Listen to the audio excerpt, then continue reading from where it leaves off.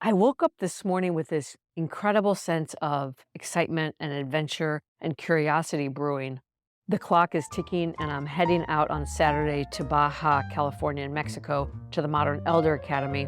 And it's something I've been really looking forward to. If I close my eyes, I can feel and taste and smell the experience I'm going to have: the ocean, breeze coming through the windows, the wonderful food, the conversation, the beach. And yes, that is super exciting and tantalizing to me. But what's really got me excited is this idea that I had over the weekend. I finally got quiet and focused on the trip. And as I looked at the logistics of the travel, I realized that what I really want to do is give myself permission not to have a plan. I'm traveling like 10 hours to one of the most beautiful places on earth, a place I've never been to, and I want to see if I feel so inclined to stay. But here's the thing.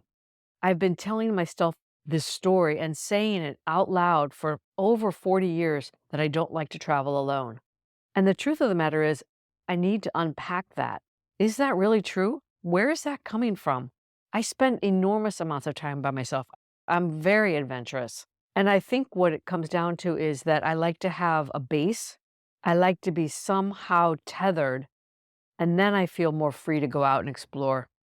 And quite frankly, this saying to myself that I don't like to travel alone has held me back.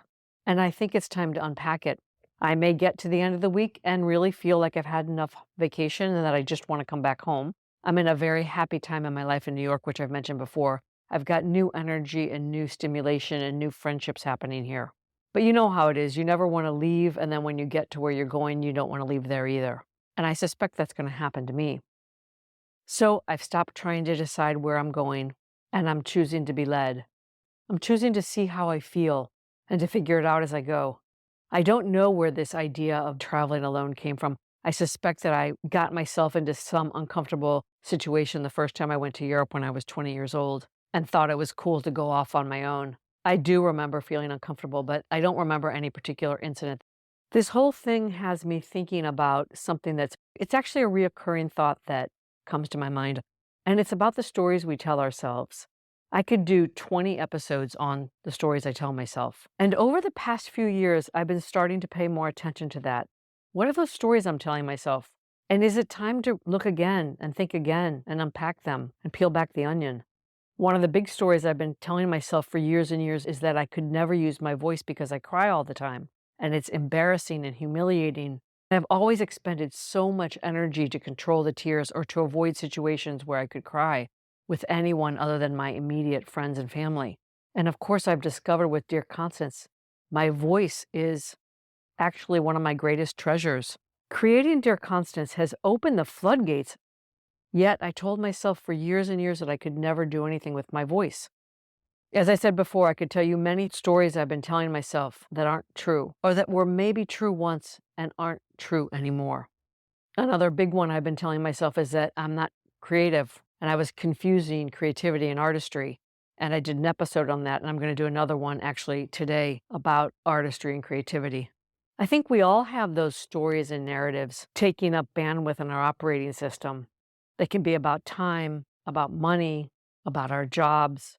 They can be about the dynamics in a relationship or about why we can't do something. If you've followed me for any time, you know I really dislike help projecting complainers. Some people simply don't feel motivated to move the needle, and you have to let those people go by.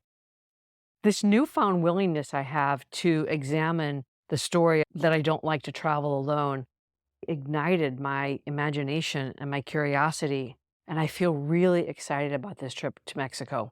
And in order to get myself to test it out, I'm just saying, I can come back.